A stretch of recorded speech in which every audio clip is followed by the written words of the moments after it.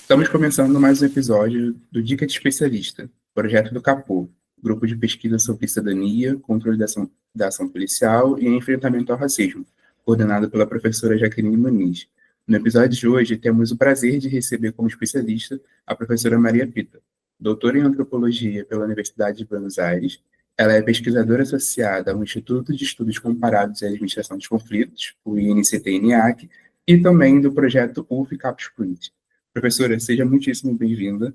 Para a gente começar, considerando a sua trajetória acadêmica e profissional, como a gente pode entender a gramática da violência policial e das violações de direitos humanos e também seus dispositivos de legitimação nas práticas estatais?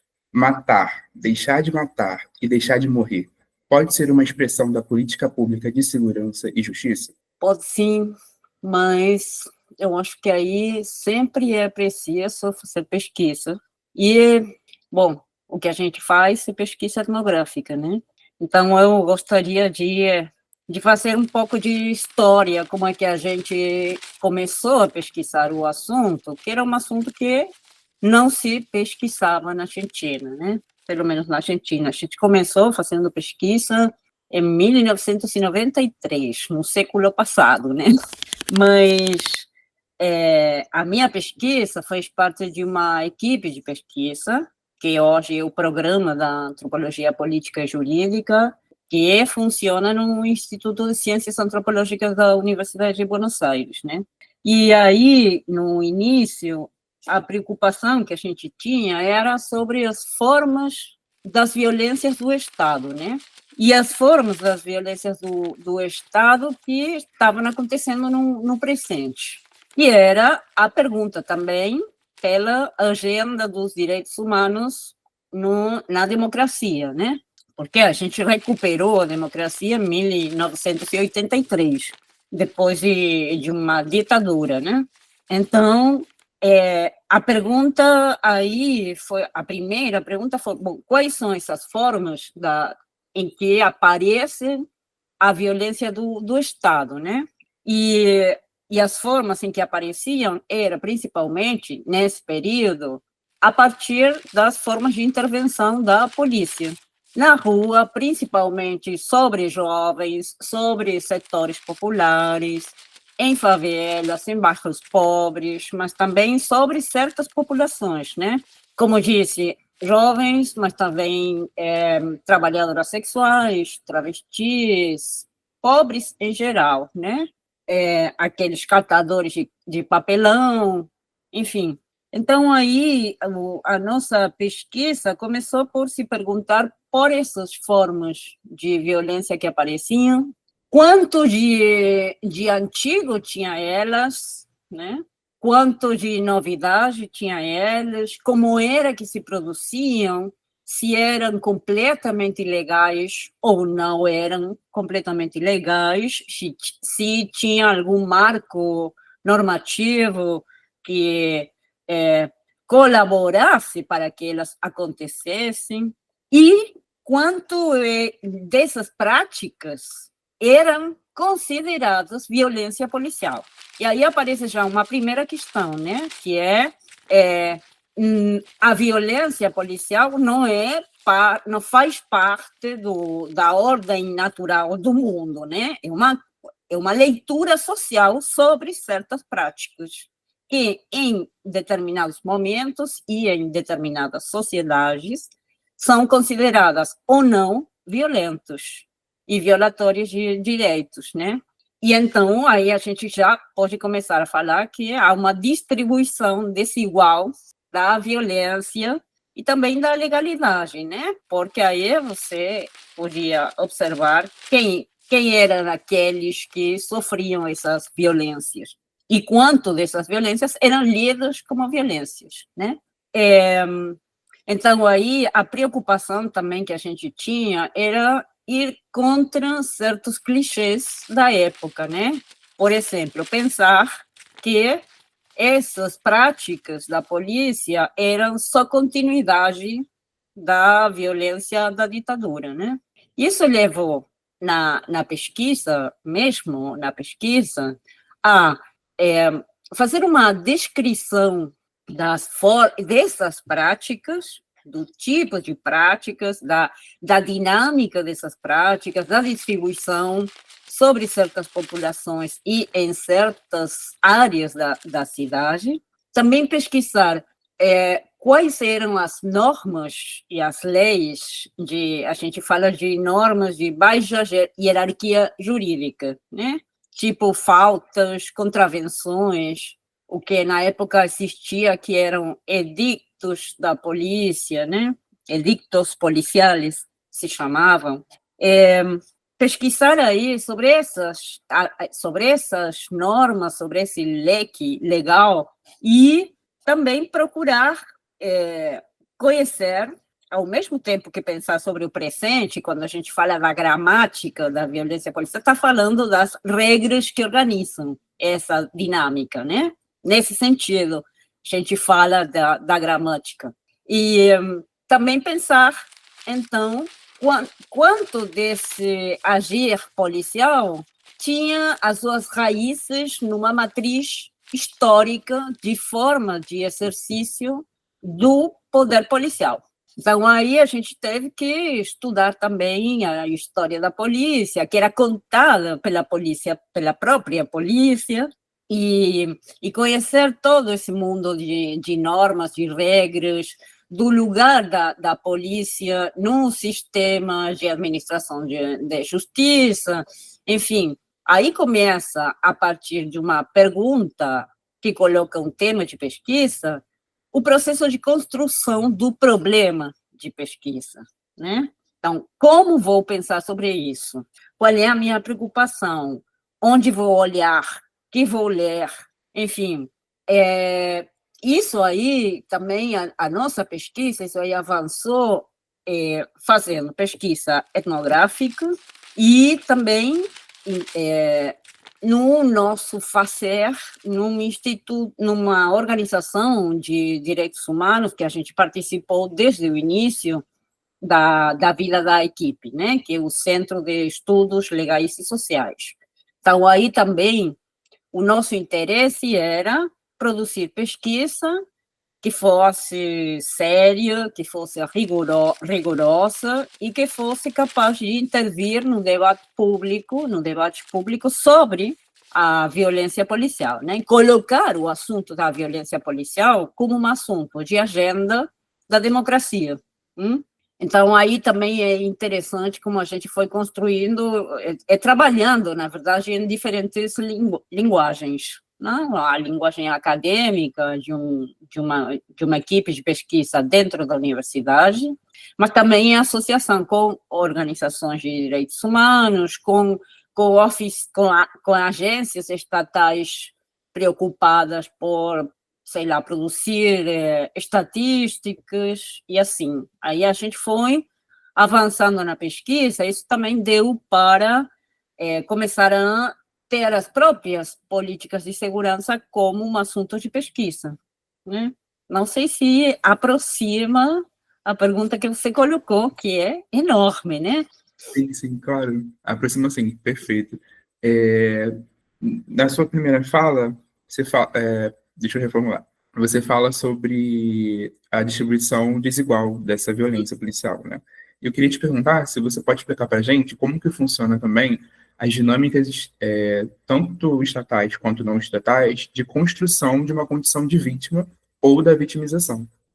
Quem é que merece ser reconhecido como vítima nessas disputas de verdade dentro da máquina do Estado e também nas disputas entre o Estado e os próprios movimentos sociais? Então, como que funcionam essas dinâmicas? É muito importante essa pergunta que você coloca, porque vai em paralelo com isso que eu disse, que a violência policial não é um fenômeno natural, né? De vir vítima também é resultado de um processo. E trata-se de um processo onde intervêm as valorações morais da época, a força política, se houver, de grupos que estão ou não organizados, e da intervenção de diferentes agências do Estado, né? Então, isso também para desnaturalizar a ideia de vítima. Não pode ter uma pessoa afetada por uma dinâmica de violência e que não seja tida como vítima. Isso em termos analíticos, né? Que não estou falando, aí é importante separar, né? Que é o uso nativo da palavra vítima e o uso analítico da palavra vítima. Porque, na verdade, em muitos cenários, muitos palcos sociais, a noção de vítima, no seu uso nativo, aparece como um desvalor, né? Como uma falta de potência, como uma pessoa passiva, né? Então, aí, bom, estou falando em termos analíticos, quem é considerado vítima enquanto foi ofendido, seus direitos foram violados e merece proteção das violências, né? Merece proteção do direito. Então, aí também acho que é bem importante a pesquisa etnográfica, porque dá a possibilidade de ler como isso é gerido localmente, né? Você colocou quem merece ser vítima, né? Aí, se a gente faz um contraponto com as pesquisas no Brasil e na Argentina, pode ver que tem um ideário um tanto diferencial sobre, na verdade, nem sequer aparece merece tanto a expressão aqui. A expressão aqui é você tem direito, mas próximo ao imaginário político, né? Ter direito.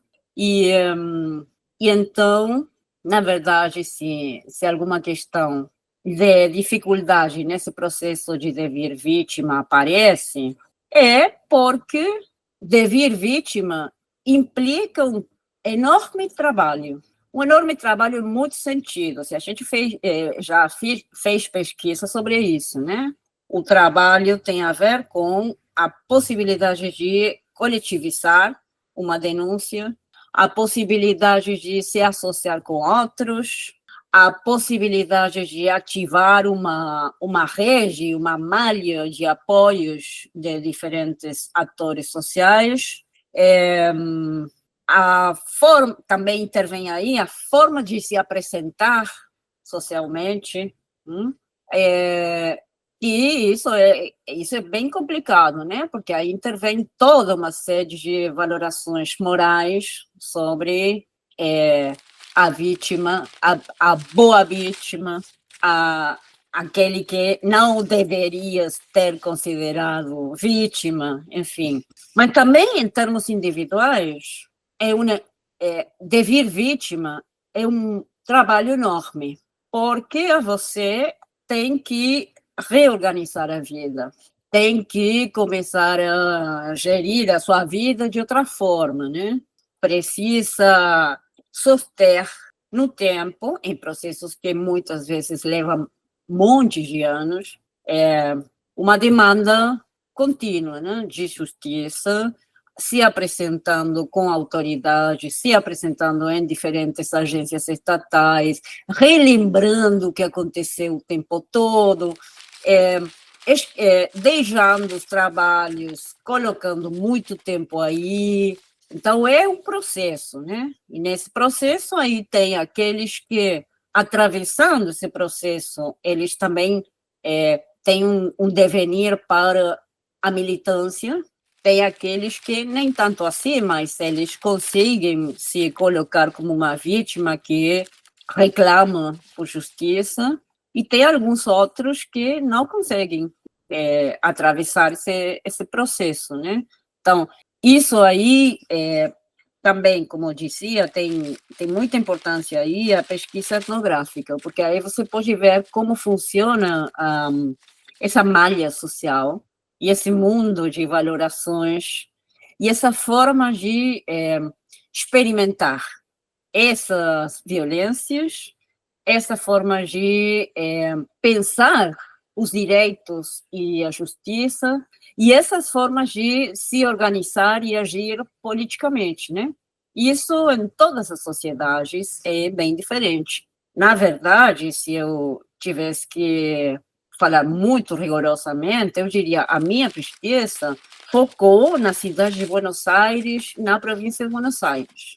E eu sei que em outras províncias do país, ainda que tenham uma matriz semelhante, também são diferentes, né? Então, isso também é uma dica de pesquisa, né? A pensar os processos em termos locais. Perfeito, professora. Ainda pensando nesse ponto de um processo, né, enquanto vítima, como que se dá a produção de legitimidade da figura, tanto das vítimas quanto de seus familiares, como principais portas-vozes dessas demandas por justiça, principalmente que surgem a partir dos casos de violência por agentes do Estado? Esse tipo de narrativa que enreda esses lugares de fala, né, tanto de vítimas quanto de porta-vozes, como que funcionam e qual a sua... Para que elas servem na relação com o Estado e principalmente com os meios de comunicação que hoje estamos aí, né, na internet, que as notícias chegam rapidamente e facilmente em qualquer lugar do mundo. Então, qual é a importância desse tipo de narrativa, seja de vítima, seja de familiares, enquanto porta-vozes dessas demandas? A importância, bom, tem várias entradas possíveis essa pergunta, né? Porque a importância da vítima é a importância de que essa pessoa ou essas pessoas se apresentando na areia pública coloquem um assunto, né? E aí pode aparecer em termos individuais ou também pode ultrapassar a dimensão individual para colocar um assunto que atinge a sociedade inteira, né? Então, aí as formas de... E também, e mais uma coisa, né, que atinge a sociedade inteira e que também fala de uma forma de pensar como produzir uma denúncia e que tipo de reclamo se coloca, né? Estou pensando que aqui temos uma história muito importante do movimento de direitos humanos. E essa estratégia de ir para a rua, denunciar, construir essa denúncia coletivamente, colocar e soster o reclamo de justiça, de verdade também, né? Que aí a relação entre verdade e justiça é bem interessante, né? Porque aí a justiça não é só o valor da condena, também é conhecer o que aconteceu e quem foi que mandou que aconteça, né? E então, na nossa história, essa forma de denunciar, de colocar uma demanda de verdade e de justiça e também de soster, não esquecendo, e de não colocar como solução a violência, é muito importante. Isso aí faz parte da nossa tradição política, né? E tem muito aprendizado dos novos movimentos de demanda da justiça em relação ao movimento de direitos humanos, né? A gente fez uma pesquisa em associação com Memória Aberta, que é uma organização que nuclea vários organismos e organizações de direitos humanos, fazendo a história do movimento contra a violência policial. E isso está disponível no YouTube. Eu vou passar o link para você. E aí a gente precisamente trabalhou sobre quais foram essas vinculações entre o movimento histórico e tradicional dos direitos humanos e esse novo movimento contra a violência policial, que aparece, que começou a se conformar como um movimento relativamente autônomo, independente, com uma entidade e umas características próprias, no início dos anos 90, da década dos 90. E tem muitas linguagens compartilhadas, tem novidades também, mas aí há muito aprendizado, né? Como se apresentar como vítima. Então, aí, voltando para o início da pergunta, né? Qual é a importância? Acho que a importância tem a ver com colocar assuntos para o debate público. Ou seja, aí tem muita coisa da denúncia do evento, do caso particular, mas inserir esse caso numa série que tem a ver com um problema que a gente está colaborando para que esse seja um problema público, né? Para que seja parte da agenda da democracia, da discussão pública. Então, aí acho que as nossas pesquisas falam muito disso. Claro que também tem outro tipo de vítimas que impulsam ou colocam ou se inserem em discursos punitivistas. Claro que sim, tem. Mas também tem o debate público entre esses tipos de vítimas diferenciadas, né? E isso finalmente anima o debate público geral. Então, acho que sempre aí tem uma importância essa intervenção pública, né? E essa tradição que temos aqui de sair para a rua, de colocar na mídia, no espaço público, essa discussão. E também, bom, aí intervém muitos dos ativismos que existem, né? Porque não só tem organizações e grupos de vítimas e de pessoas envolvidas com esses problemas, tem também tipos de ativismo muito específicos, né? Um ativismo legal, jurídico, o ativismo estatal mesmo pode encontrar, e a militância mais próxima das formas de organização política tradicionais. Enfim, tem uma aliança entre diferentes tipos de ativismos e militâncias que intervém aí. Então, dificilmente aparece uma vítima sozinha. E também, e mais uma coisa, né, que também tem a ver com o trabalho das próprias agências do Estado e das próprias áreas dentro do sistema de administração de justiça, né? Porque aí tem aqueles que fazem perícias e perícias psicológicas e esse pessoal do serviço social que acompanha e a intervenção dos defensores. Então, todos eles e as formas em que eles intervêm também estão produzindo vítimas, e um tipo de vítimas, né? Então, aí, isso também a gente tem que olhar, como é a intervenção das próprias instituições em esse processo de produção de vítimas. Perfeito, professora. Pensando nessa questão que você traz sobre os diferentes tipos de ativismos, a partir da sua experiência, você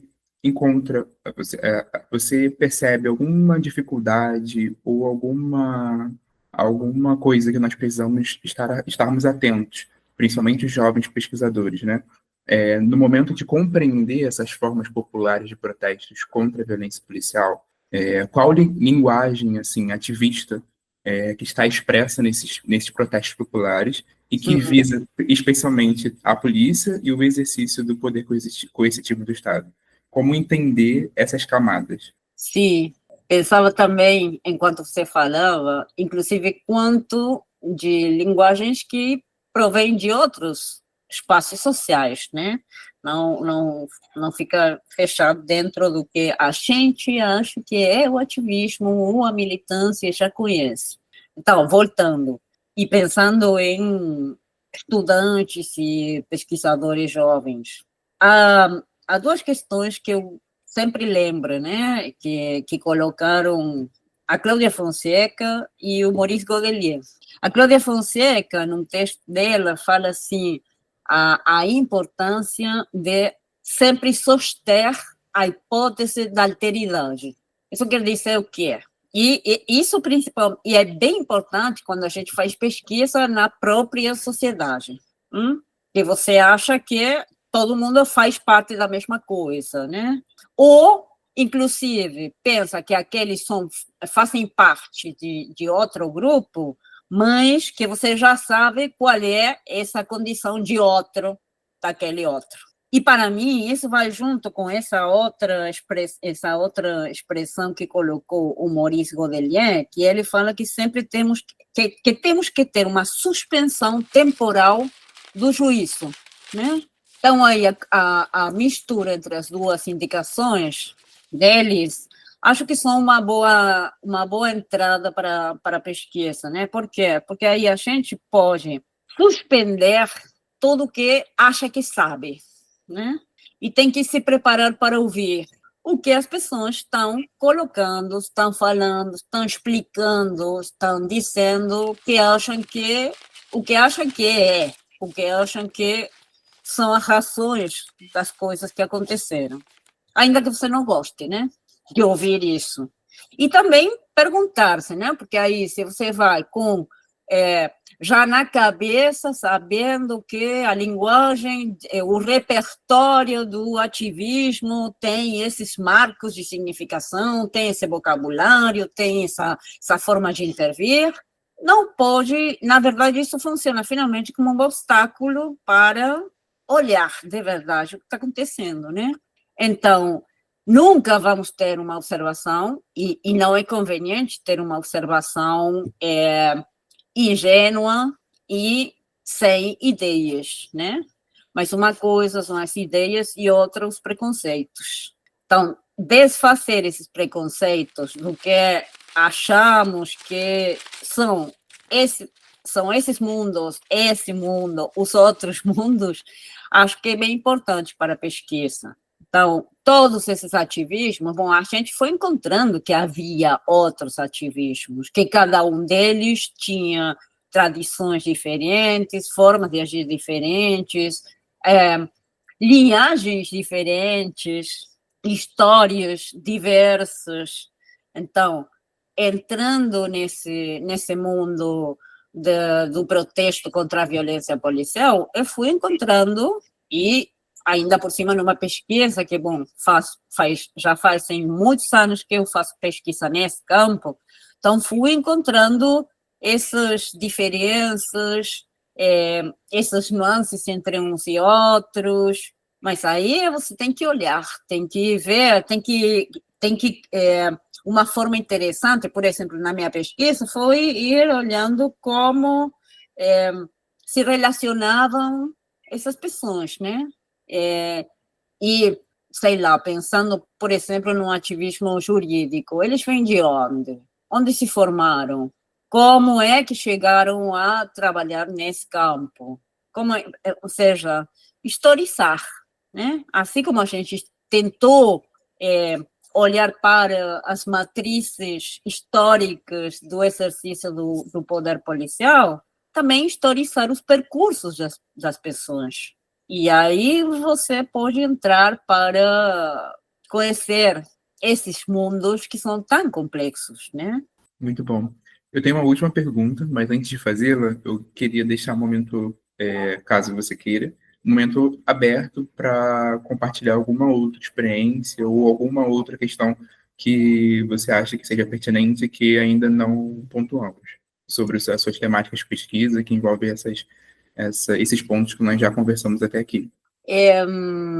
Se eu fizesse assim uma historização do meu próprio percurso, eu diria, bom, que foi a própria pesquisa, né, e esse estar o tempo todo lendo e compartilhando, e num espaço, numa equipe também, né, que isso é bem importante, a gente não trabalha assim.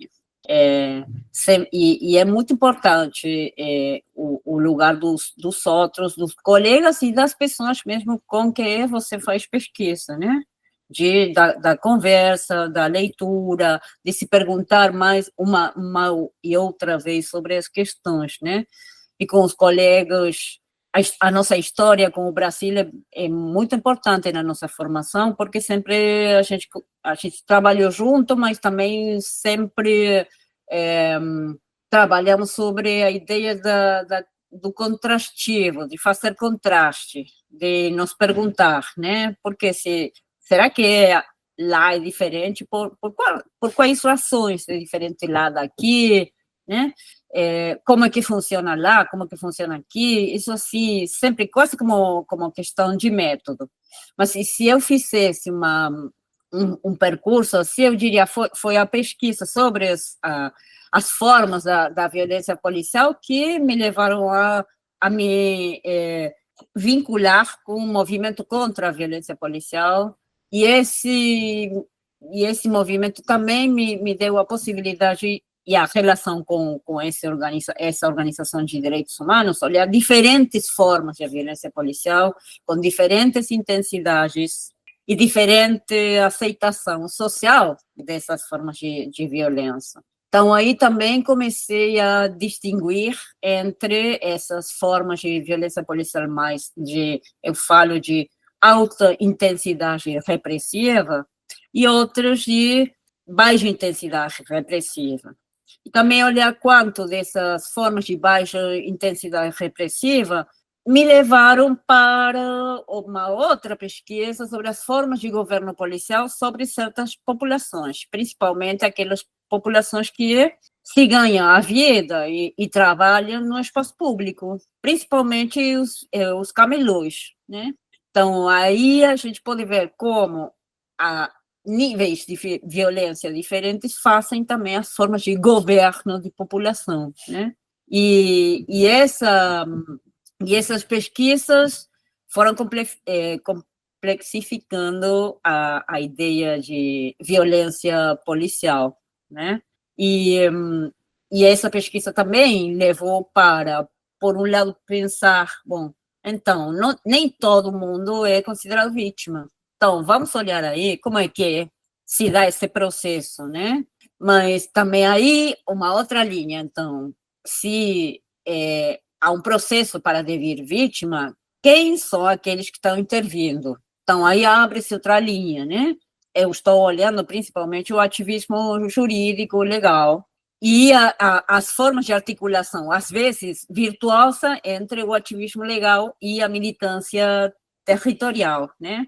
Mas outros colegas e outras equipes nas quais eu participo avançaram na pesquisa sobre as formas de produção de vítimas dos dispositivos estatais, né? E mais uma outra questão apareceu quando comecei a pensar nessa diversidade de ativismos e a gente começou a olhar também para os ativismos no Brasil. E principalmente por a minha parceria dialógica com a professora Ana Paula Mendes de Miranda, a olhar para o ativismo no campo das religiões de matrizes afro-brasileiros, né? Então, esse olhar contrastivo traz muita coisa interessante para pensar, né?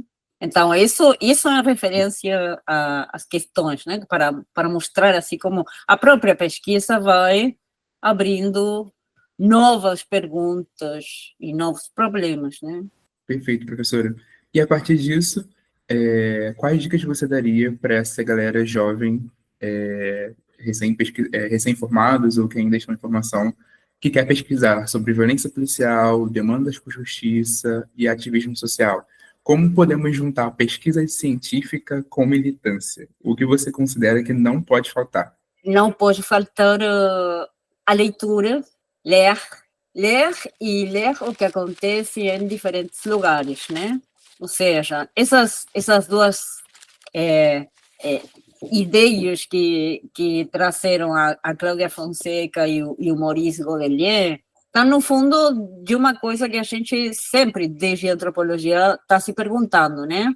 Que é como é que as coisas são como são? Por que são assim e não de outro jeito, né? Não tem outro jeito.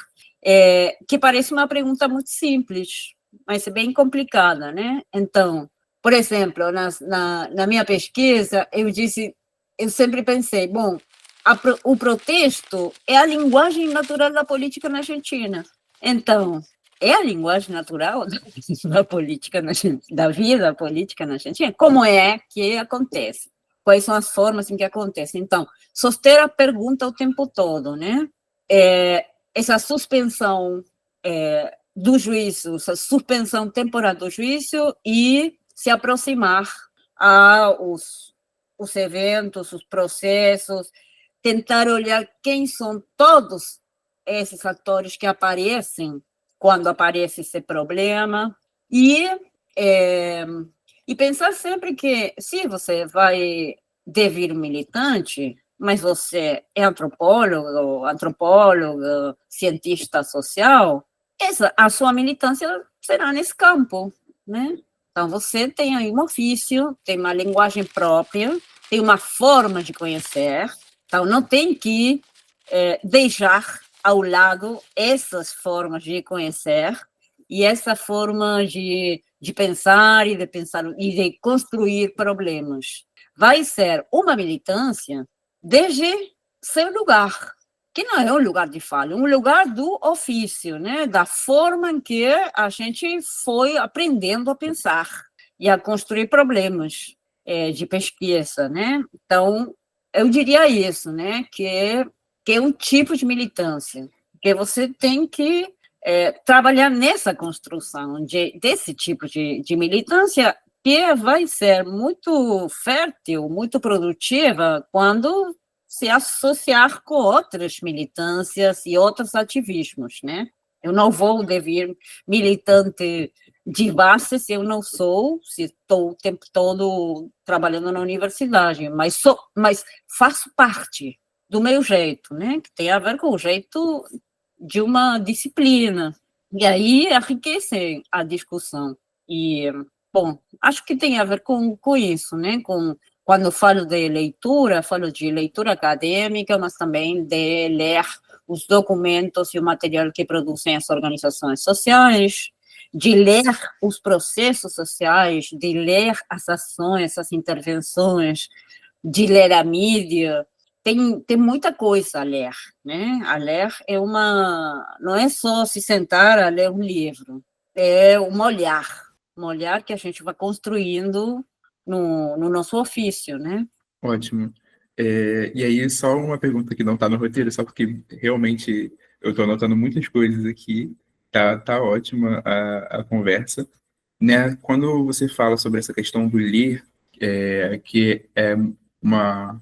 Se eu estiver errado, por favor, me corrija, mas eu entendo como uma preparação, né, para você entrar no campo, e no campo propriamente dito, na ida ao campo.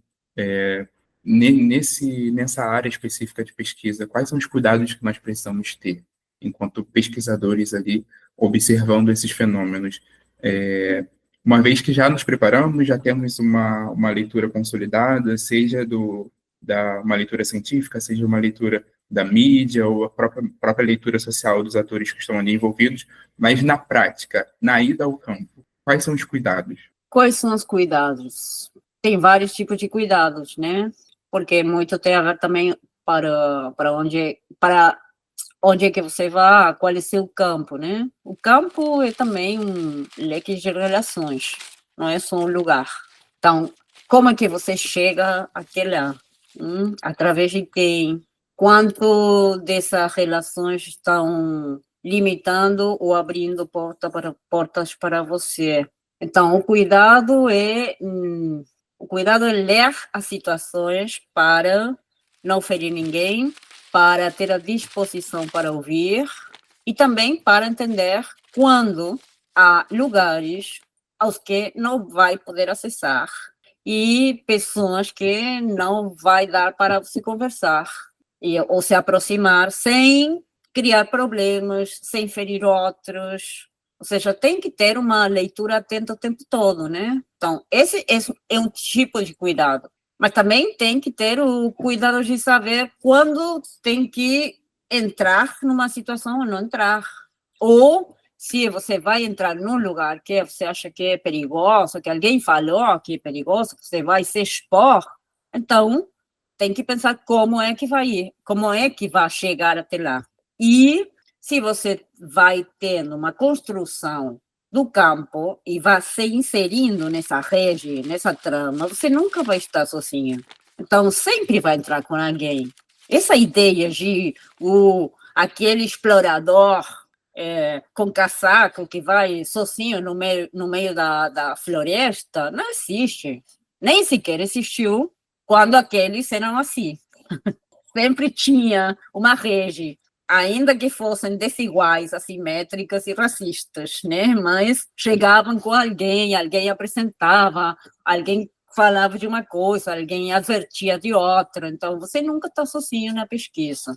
Então, você tem que estar sempre acordado, né? É esse o assunto. E também, mais outra coisa também que é importante é saber quando você está chegando a um lugar que não conhece as dinâmicas locais, das situações. Então, acho que vai por aí, né?